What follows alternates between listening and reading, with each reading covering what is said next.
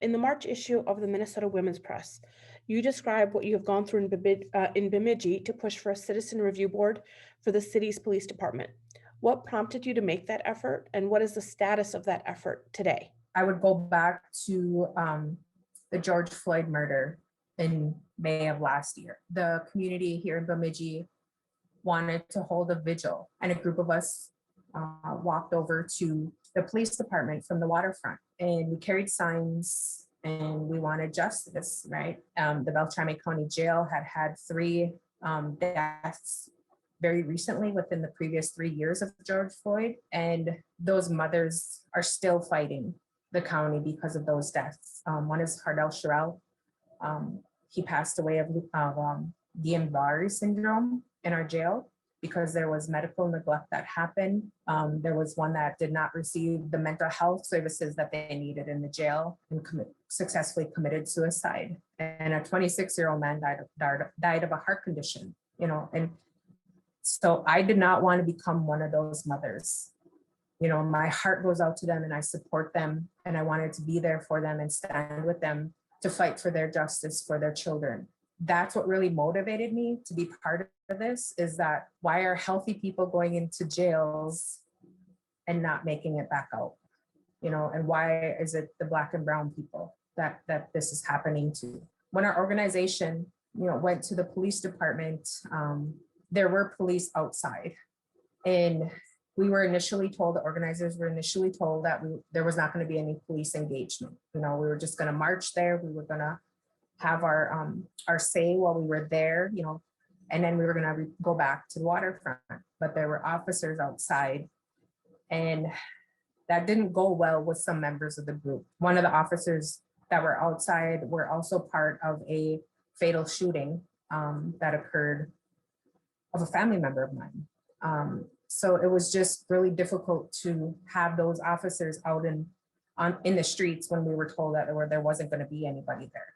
We didn't go there to cause destruction or vandalize or anything, but that invoked emotions. And the cops jumped in their police vehicles. They put their police vehicle in gear and they reversed out. And while they were reversing out, they hit 2 people that were marching. Thankfully, they were okay. They did seek medical attention. Because of that incident, the city was put on a curfew. So that night, everybody was told, you have to go on curfew. Everybody has to be home. So I reached out to my children and I said, there's curfew tonight. I want to make sure you're either staying where you're at or you're going to be home, right? I don't want to have to worry about you, So they both came home, and that was really reassuring to me. But I just felt on edge, right? I just felt like, oh, this doesn't feel good. It's not comfortable. And the next morning, I looked on social media and I saw that a gun owner in a neighboring county put up a social media post that he was, quote unquote, guarding the city, and that he wasn't going to let any of the Minneapolis shenanigans happen here. And this is just a citizen. This is not law enforcement. He is not deputized. He is a gun shop owner in a neighboring county. So then it was like, what is going on here? Because I teach my children how to interact with law enforcement. I teach them how to be respectful. I teach them what they need to do. But I never taught my child how to meet a white man that is a gun shop owner in a blacked out truck. That's when I went to the county meeting, and I was like, hey, this to me seems like it's vigilante. The sheriff and the police department are both denying that they gave this individual permission to do that. So I said, then charges need to be brought. So then it triggered an internal investigation, and we were investigated by a neighboring outside source. And I really didn't think like they would do a thorough, are they really going to hold them responsible for what happened?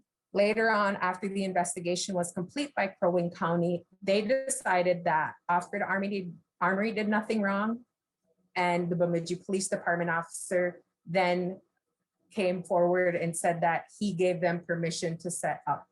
There were also other allegations that while these people were in these blacked out trucks, that they were chasing juvenile female Native Americans down an alley. And the girl ran into somebody's backyard because they were out sitting outside in a bonfire and sought refuge. So these are all very serious allegations of what is happening by civilians against the Black and brown community in my area.